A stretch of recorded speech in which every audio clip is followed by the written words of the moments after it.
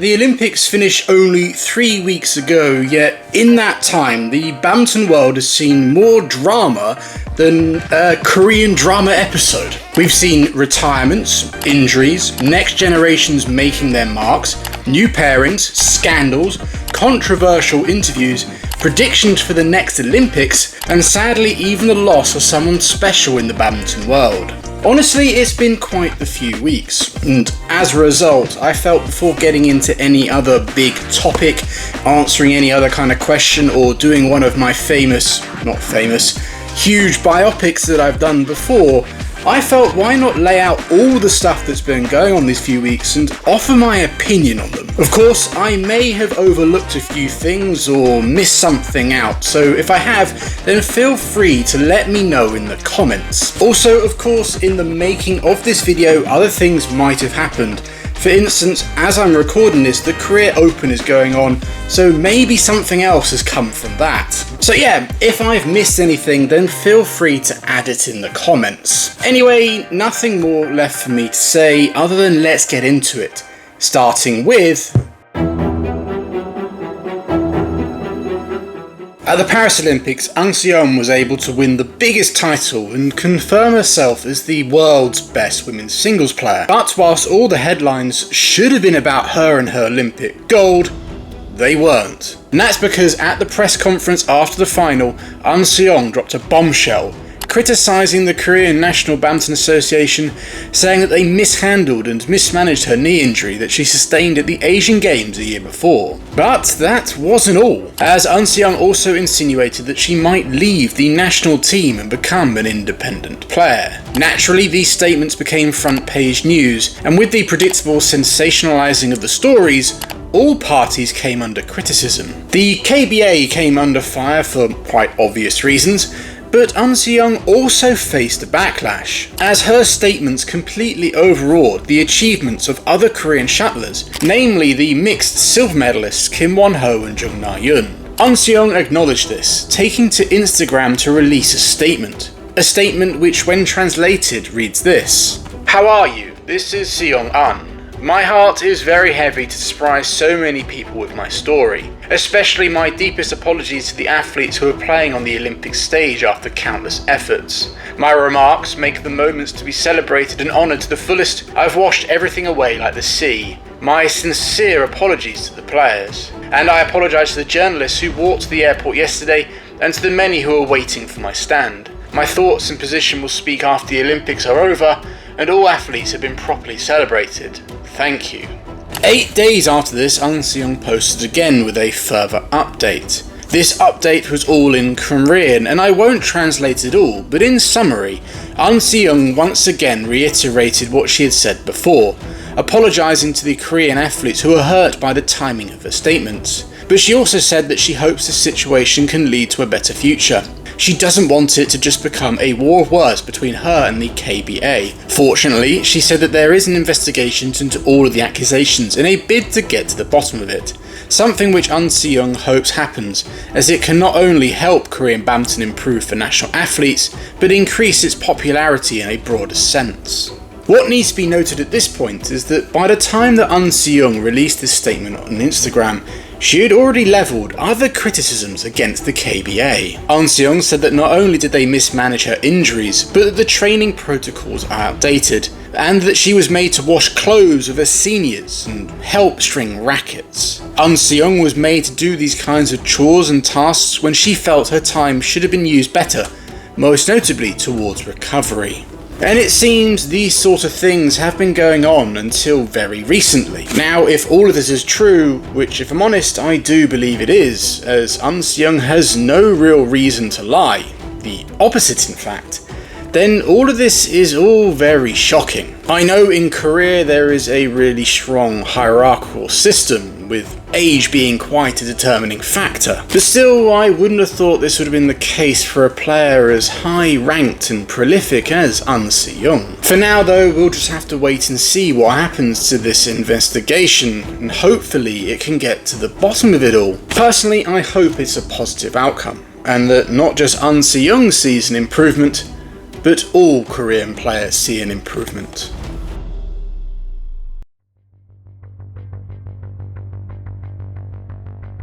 Indian athletes are bringing laurels to the country. Some of them have had not so impressive results, and the Indian badminton legend Prakash Padukone has triggered a massive storm after calling on athletes to be accountable for their results at the Paris Olympics.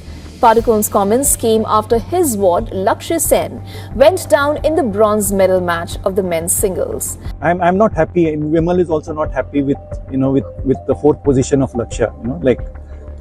Because he could have definitely got a medal. So a lot of people might say Axelsen might say he's the next best, but that's not good enough. I mean, there was a possibility. If he had lost comfortably to Christie, okay, then then it was a different issue.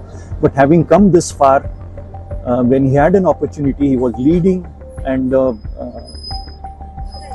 course, he's still young. So, but he must realize it himself, and not give it as an excuse, or I want more. Okay, then you work harder. Take the responsibility and work hard.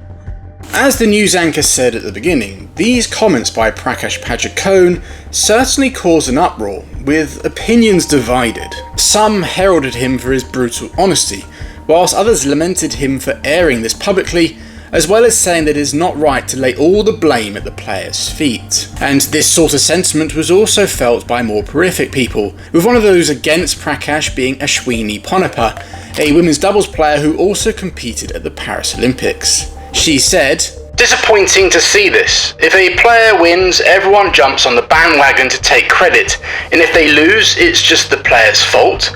Why aren't coaches held responsible for lack of preparation and getting the player ready?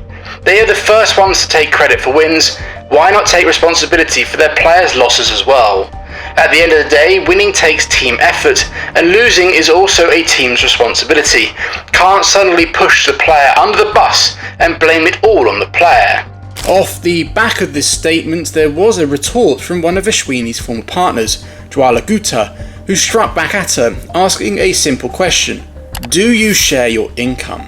Now, before I sat down to do this video, I must admit that my initial reaction was to side with Ashwini, as although badminton is an individual sport, to get results takes a team effort. And for Prakash to pretty much lay all the blame at the players, in this case Lakshya's, it just didn't sit well with me. I did understand where Prakash was coming from though. After all, it is the players that have to actually go on court and win the matches. But I felt it was neither the right time nor place to make these kinds of statements. However, I then looked into this a little further and realised that there was far more to what Prakash was saying than what I had initially thought. As with most people, I came about this story by seeing some news clippings or an Instagram clip. In those videos, all that can be heard is Prakash stating how disappointed he is in Lakshya, how the Indian players have been given everything, and that it is up to them to deliver. All fault lies at their feet. But as is often the case, these kinds of videos lend themselves to being taken out of context. And I feel this is what has happened here. As I watched the whole interview by Prakash, and within it there was far more than that was generally reported. Prakash said that Lakshya struggled with the drift. Something all players do, but Lakshya more so than others. He's always been a little uncomfortable playing on the faster side, from the faster side, or playing with the wind. So I think he needs to work a little more on that. When he's playing with the wind, he's very tentative. He's not very confident. I think that is one area where we need to work. Prakash also said that Lakshya had an incredibly hard draw compared to others, with many hard rounds from day one, so fatigue was a factor. The draw for Lakshya, it was so tough right from day one. He had a very tough, whereas some of the other players had a very easy round. Like somebody like, I'm not giving that as an excuse, but just a fact. Lakshya had to play 5 or 6 tough matches, including Christie and the Belgium player, and last year's 4th medalist. Then of course, Prakash was disappointed that Lakshya couldn't convert his overall performance into a medal, and he said similar things about the other Indian players. But when watching that clip with the rest of the interview, it felt rather justified and fair. No doubt about that. While we are happy with his performance, I'm a little disappointed that we couldn't get even one medal from badminton. We have, like I said earlier, I think we were contenders. I won't say definite medalists, but we were contenders for three medals. So at least one I would have been happy. Of course, I'm personally disappointed. But having said that, I think this time, the government, the SAI, the foundations, TOPS, everybody has done their bit. So, I have nothing against. I don't think anybody could have done anything more than, what the government has done, the sports ministry, SAI, TOPS, and all the OGQ. And so I think it's high time the players also need to take some responsibility. Another reason for thinking this way was that for the most part, Prakash wasn't only addressing India badminton, but Indian sport, echoing a sentiment I've heard a lot recently. And that is that how come India, with the population size it has, as well as the infrastructure and the money being put into the sport, can't win more Olympic medals? For Prakash, he feels the psychological side needs to be looked at, more specifically getting in international psychologists. I think we need to focus more on on mind training. I think I've always said across sports, I think we don't give enough attention for sports psychology. We have a lot of foreign coaches, foreign trainers, foreign physios maybe, but I think it's high time we had foreign sports psychologists also. This is not. And he also liked to see the star culture that seems to permeate Indian sport be limited. What has happened is when we get a star, I think there is too much focus on just at one player, and we don't pay enough attention to the next line of players. So I think that is where the federation needs to focus a little more. Prakash does see the need for stars to be created.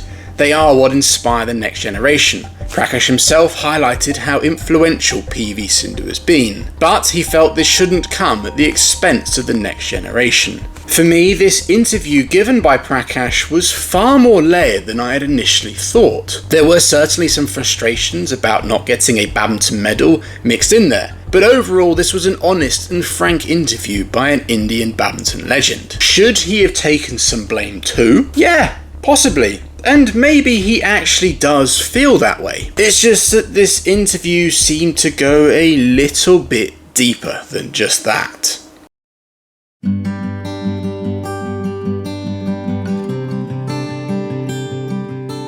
As is often the case with the Olympics, afterwards we see many players retiring. This is because as the Olympics is the pinnacle of badminton, if a player or pair feels that they won't be in a position to compete for a medal or win the next Olympics, then it's quite likely that they're going to decide that the time is right to end their career either directly after or within a very close time period. And following these Olympics, we have already seen the retirement of many of the top players, as well as some players who have made their near retirement known.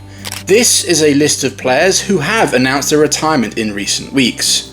All these players have achieved great things throughout their careers. Liu Chen, for example, is a former world champion and Olympic silver medalist, but injuries have pestered him in recent years, most notably his hip.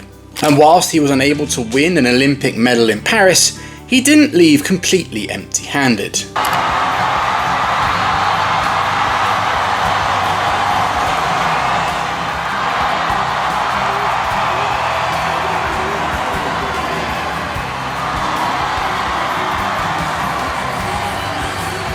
From Olympic rings to engagement rings. What a wonderful moment.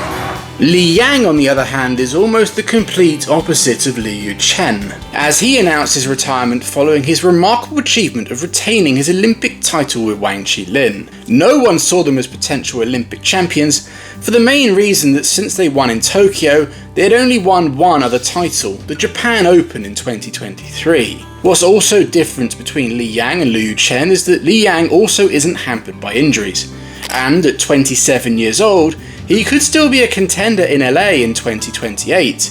He could easily be in a position to fight for an unprecedented third Olympic title.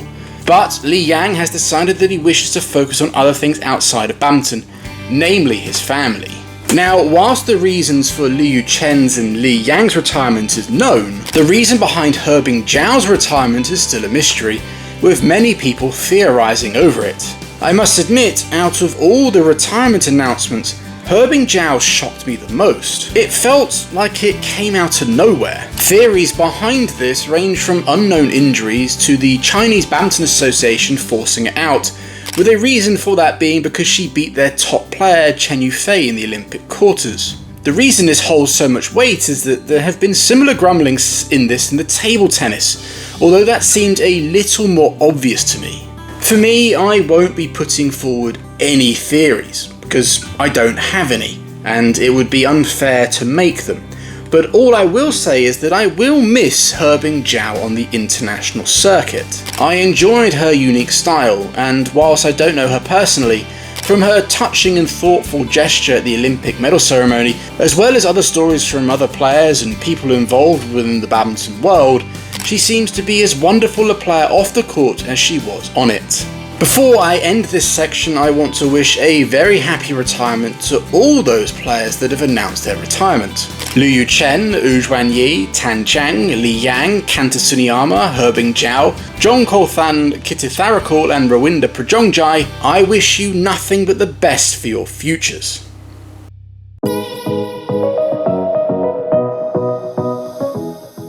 Something else that comes out at the end of most Olympic cycles is that we get to see new partnerships forming and new partnerships being tried out. Following Paris, it's no different. We have seen a few of these new pairings already, and we also seen the end of another legendary pair, but I'll get to that at the end of this section. For me, whilst there have been a few changes and new partnerships here and there are two main ones that I want to focus on. One being the splitting of two established pairs, and the other a splitting of a very successful one.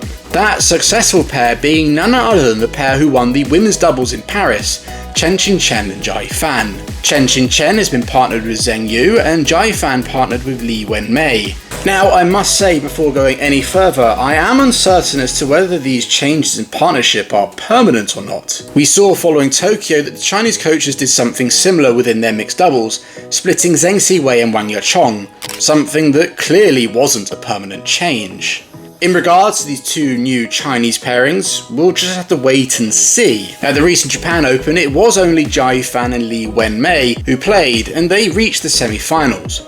Not bad considering how little time they would have had to practice together. Now, if these pairings are a permanent change, then I must say I am quite excited for Jia Fan and Li Wenmei. Not so much for Chen Qingchen and Zheng Yu though. That change leaves me a little bit bemused. But anyway, when it comes to Li Wenmei, some of you might not recognise her name, but she has played key roles in China's last two Uber Cups, where she played with Wang Dongping both times. It's clear she has never really had a set partner, which I've always been a little baffled by, as she is a tall, strong player with a good all-round game. And she proved in those Uber Cup campaigns that not only can she deliver under pressure, but that the coaches must see something in her. Well, maybe they are finally giving her a chance. And it's crazy to say this, but China splitting up their world number one and Olympic champion pair isn't going to affect their ability to dominate the discipline. They have a whole host of other pairs, namely Lu Shengshu and Tang Ning,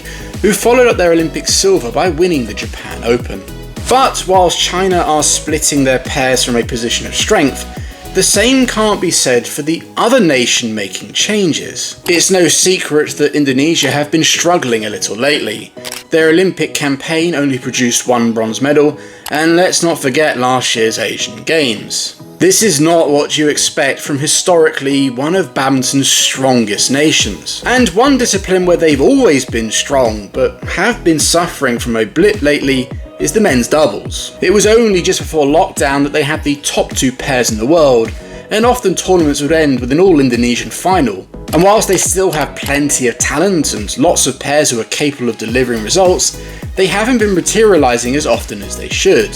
So, in a bid to change that, the Indonesian coaches have split two of their already established pairs to create two new ones. And I must say, not only am I excited by these changes, but I feel that results from them could come quickly. Former All England champions Fikri and Maulana and former World Junior champions Carnando and Martin have switched partners, with Fikri now partnering Martin and Maulana now partnering Carnando. This for me is a good move, as first and foremost, a change was needed. In their former partnerships they got good results, but not the consistent good results that people expected. After their All England win, Fikri and Maulana have failed to really push on. And for Carnando and Martin, whilst they have struggled to achieve consistent results, one of their rivals from the junior days, Wang Chang, has gone on to become world number 1 and also reached the Olympic final.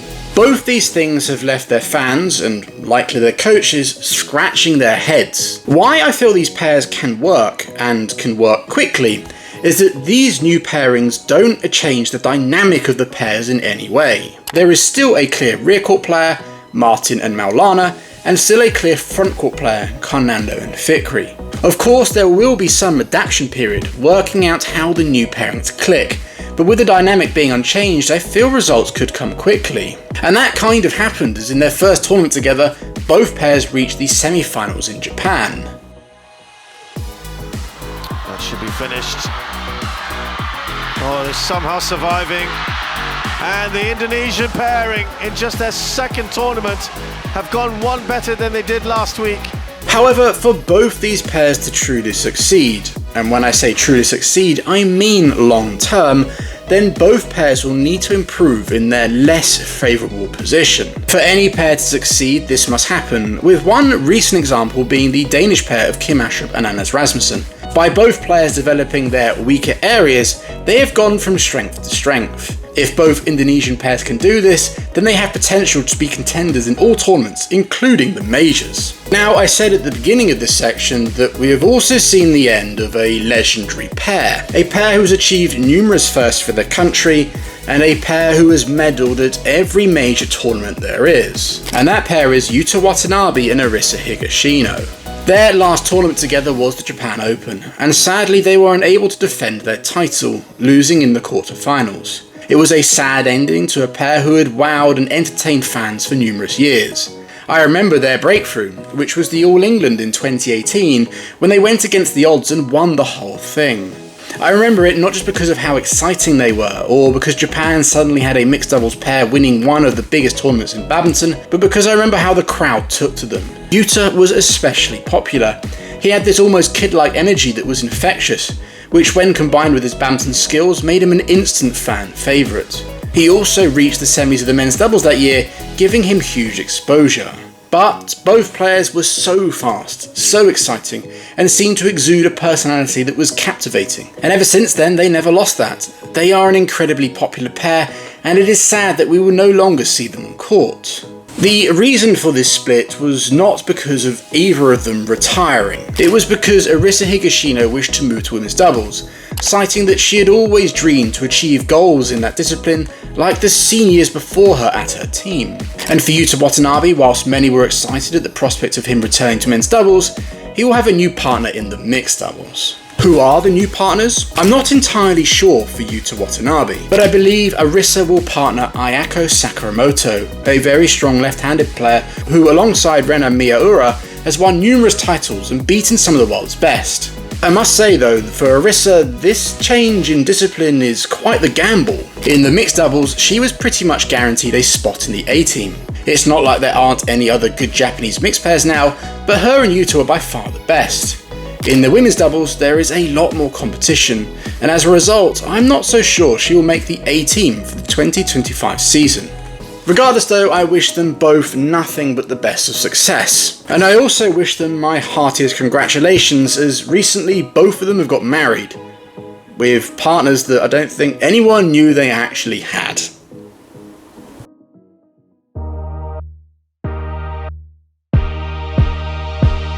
Seeing as I've mentioned results from the Japan Open numerous times already in this video, it makes sense that I should talk about that tournament a little in this video. And yes, whilst there are numerous stories that could be told from them, there is one main one that stands out probably above the rest, one that grabbed all the headlines.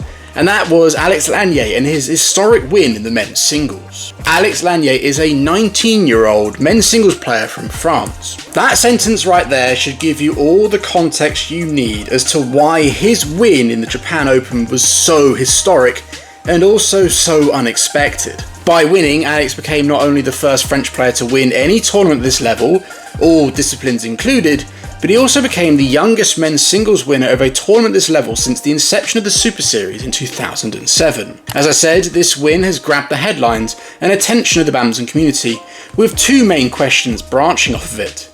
One, how was he able to win? And two, what does his future hold?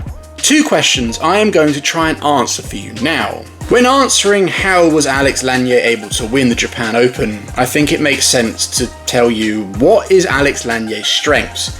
What makes him good? And for me, the first one is his actual strength. The guy is built like a tank, and he has tremendous power and explosiveness. And where he is able to really put that forward is in his movement, especially his defensive movement. For someone who is only 19, he looks rock solid on court. Even when sent the wrong way, he is able to correct himself and still maintain his position in the rally. He is able to bound around the court, and when he does, his leg strength becomes all too apparent. His defence is where his main strength lies, but that's not to say that he can't attack. He has a powerful smash and also mixes it up with some nice variation. And on top of this, he is able to inject speed into the rally, a skill that is much easier said than done, especially at the world's highest level. Another strong point I see in Alex's game is his finger power. Finger power is in essence how much power a player can produce with minimal backswing. Your forearm and fingers are the main deliverers of power and placement, and Alex is able to generate a lot of power from a very little backswing. This is a skill that most world-class badminton players have, but some stand out more than others, and for me, Alex is one of those. He left me speechless at times at how much power he created from nowhere, especially on defence. Alex's physical capabilities are all too easy to see, and what's quite scary about that is that at only 19 years old, he is still a few years away from reaching his physical peak. But another factor of his that is also beyond his years is his mental strength. In the final of the Japan Open, twice Alex made comebacks, and both were impressive for different reasons. In the first game, he came back from 17-10 down to win 21-17, 11 straight points, against one of the most experienced players on the circuit. It's clearly impressive and shows great mental fortitude.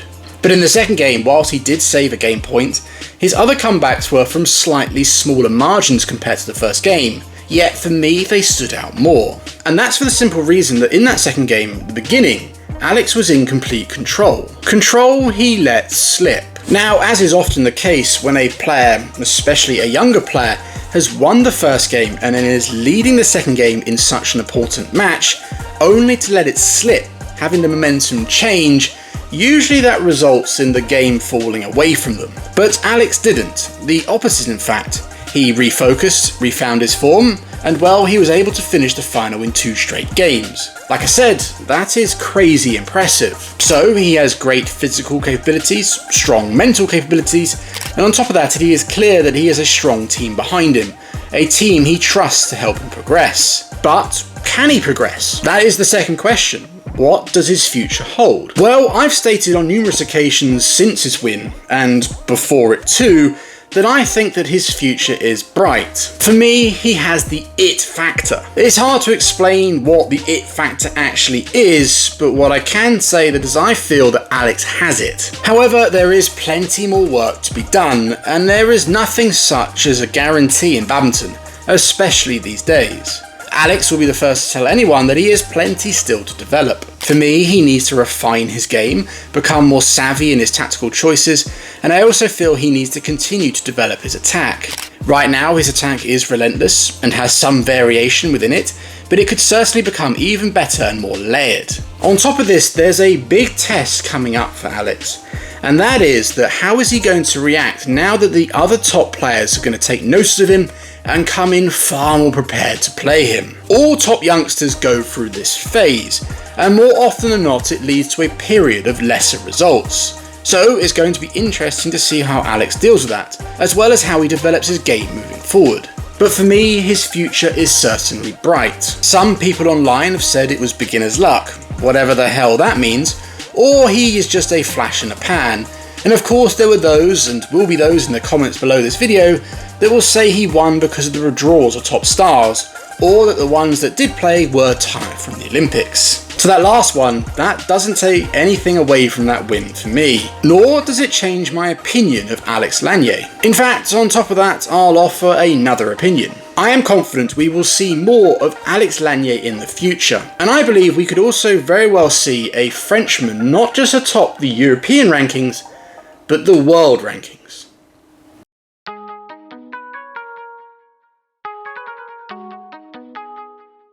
Okay, when I said that the Japan Open was only about Alex Lanier, that was a lie. As I've mentioned, we saw the end of Watagashi, but we also saw the retirement of Kanta Tsuneyama, and also numerous withdrawals of top players. But we also got something else, something rather small and obscure, but I feel it's still very much worth mentioning. A prediction by one of the BWF's commentators for LA 2028. I am talking about Steen Pedersen, BWF commentator and former head coach for Denmark, who posted this to both his Instagram and X account. Okay, maybe prediction is a bit of a strong word for this, but this still is quite the call to make, seeming as we couldn't be further from the LA Games. This post was also made during that Chinese pair's first round match at the Japan Open. I actually commented on this post saying this: "I would second this. A long way to go, but their rate of improvement has been nothing short of amazing." This Chinese pair of Zhang Zhenbang and Wei Yajin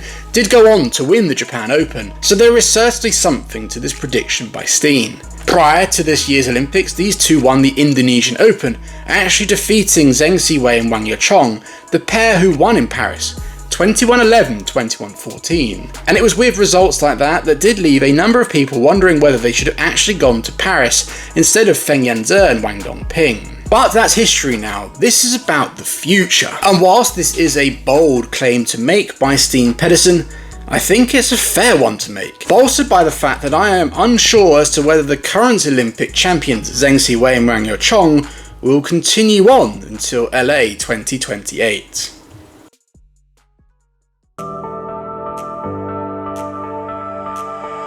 Okay, I have one more thing to talk about from the Japan Open.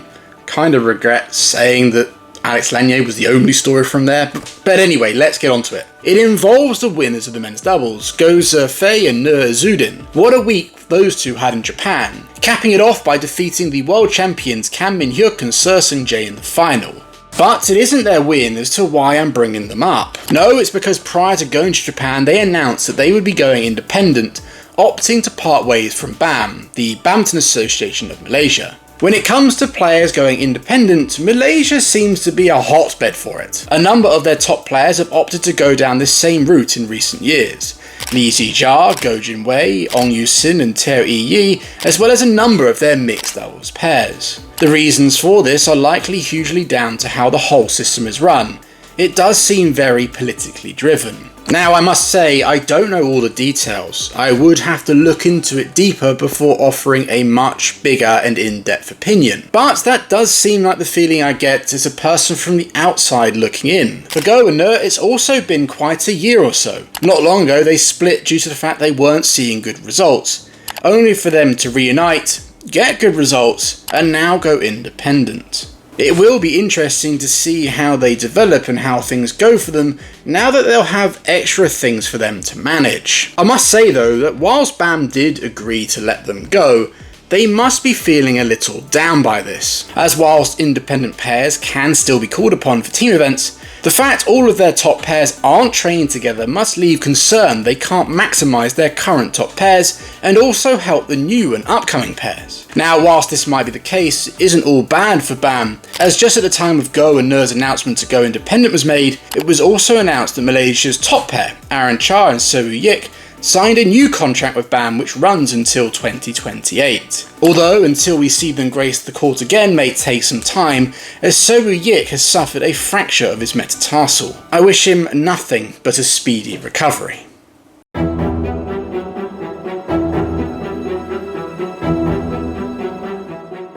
On the 24th of August, Anders Antonsen posted this to his Instagram. It was a statement from him regarding the relationship between him and his coach, Joachim Pearson, with the opening line setting the tone. "I am terminating my coaching agreement with Joachim with immediate effect." As the statement goes on, the reason becomes apparent. It was that Joachim had been caught by Anders placing bets on a match in the arena, something which as a coach of an active player is a violation. This put Anders in a difficult situation, as on one hand if he didn't report it, and it would come to light later on, Anders himself would be in violation of BWF rules, something that could get him banned. And on the other hand, this was his close friend, his coach who had helped him come back from despair just a couple of years previous, and helped him get back to winning ways and back amongst the world's best. Ultimately though, Anders made the right decision and decided to terminate his agreement with Joachim and distance himself from such behaviour. This was quite the shocking revelation, but the comment sections show that the vast majority were not just on Anders' side, but thanking him for being so honest and transparent. Now, whilst this post was quite shocking, the fact that it was Joachim Pearson involved in a betting scandal shouldn't have been actually all too surprising. In 2019, Joachim was found guilty of the violations by the BWF Ethics Hearing Panel for exactly the same issue, placing bets on matches, and also for irregular match results, something which saw him get banned for 18 months. And even prior to this, I can remember attending the World Championships in Malaysia in 2007, when badminton betting was in its infancy, and I can remember hearing stories about Joachim, as well as other players, placing big bets on players and the matches. So yeah, it was a shocking announcement, but in light of who it was involved and what it was about, well, I wasn't too surprised.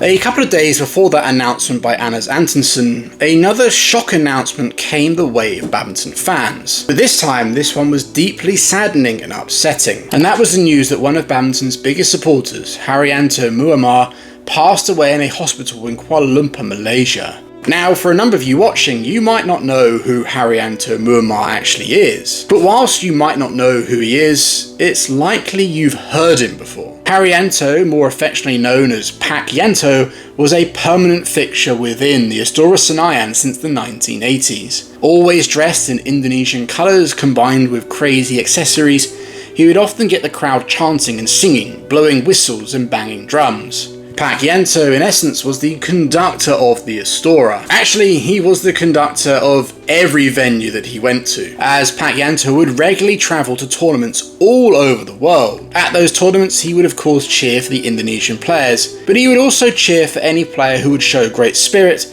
sportsmanship, and a clear love for the sport. And that's because Pak Yanto loved badminton. In fact, he called badminton his third love, after Indonesia and its people. To go to all of these tournaments, Pak Yanto would fund himself, working any jobs he could to earn the money. He once spent over $4,000 to travel to Kunshan, China, to support Indonesia at the 2016 Thomas and Uber Cup finals. And he did all of this while supporting his wife and 6 children. That's some next level dedication, although it did leave him wondering why his wife put up with him. His untimely death has left a scar on the badminton world, especially for Indonesians and their badminton fans. Many people have told stories of Pak Yanto's kindness, his approachability, and how he was always willing to see the best in people. At just 59 years old, we have lost Pak Yanto far too early, and I'd like to extend my condolences to his family and friends. Badminton won't be the same without you, Pak Yanto. Rest in peace.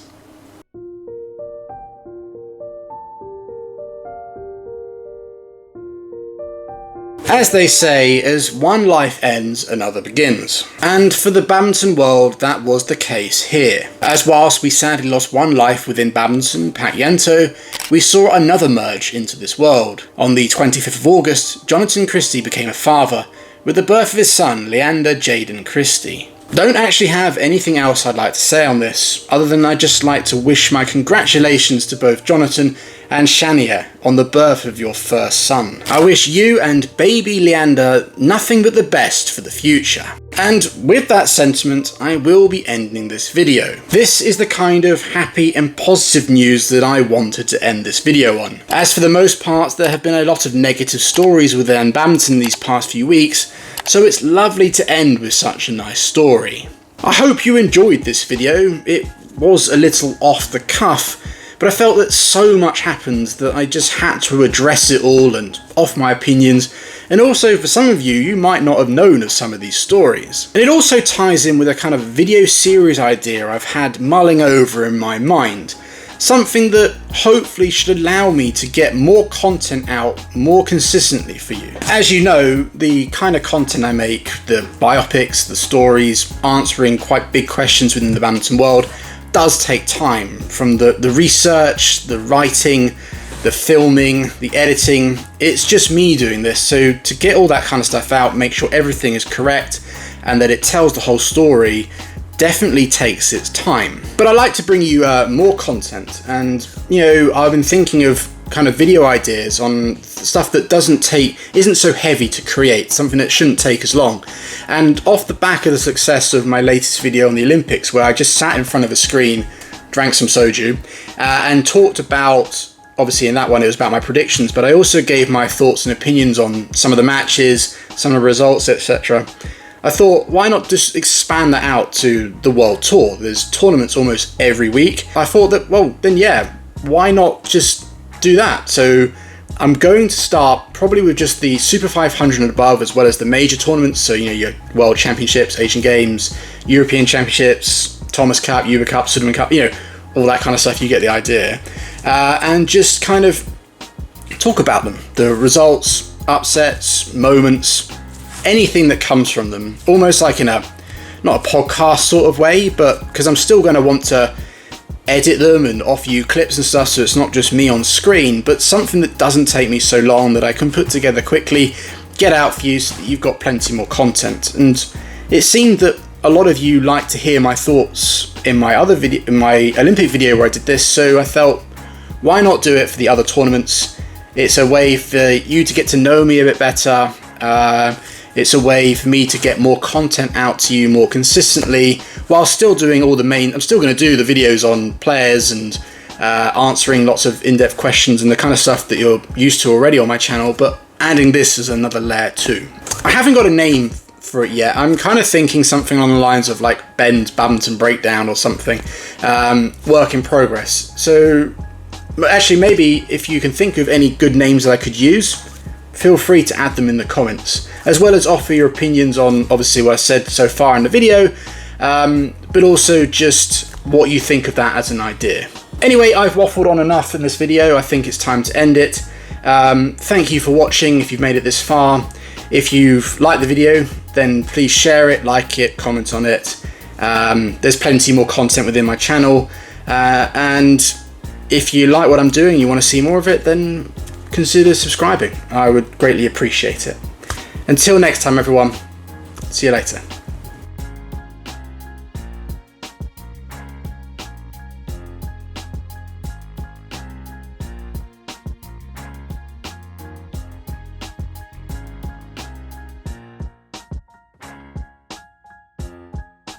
Hi everyone, just a quick update. Just as I've literally finished editing this video, a few more things have happened, so I thought I would just tell you now, and obviously if you mention any of this in the comments, then I know that you've watched this video right into the end, okay? So, since making this video, we've had the Paralympic Games. That was an amazing event, so many crazy matches. Kenneth Jonatan has announced that he's going to step down as the Danish head coach. Mayu Matsumoto and Makana Nagahara have decided to split up. The Indonesia, I mentioned this earlier, but the Indonesian pair won in Korea. That was Bagas Maulana and Rolly Carnando. And finally, in regards to Jai Fan and Lee Wen-mei, it seems maybe it isn't permanent, as I've seen at the Hong Kong list that Lee Wen-mei is to partner Zhang Su-shan. Okay, so quick update, if you mention any of these and said that I mentioned them, then I know that you've been here right to the end. Anyway, thanks guys, bye.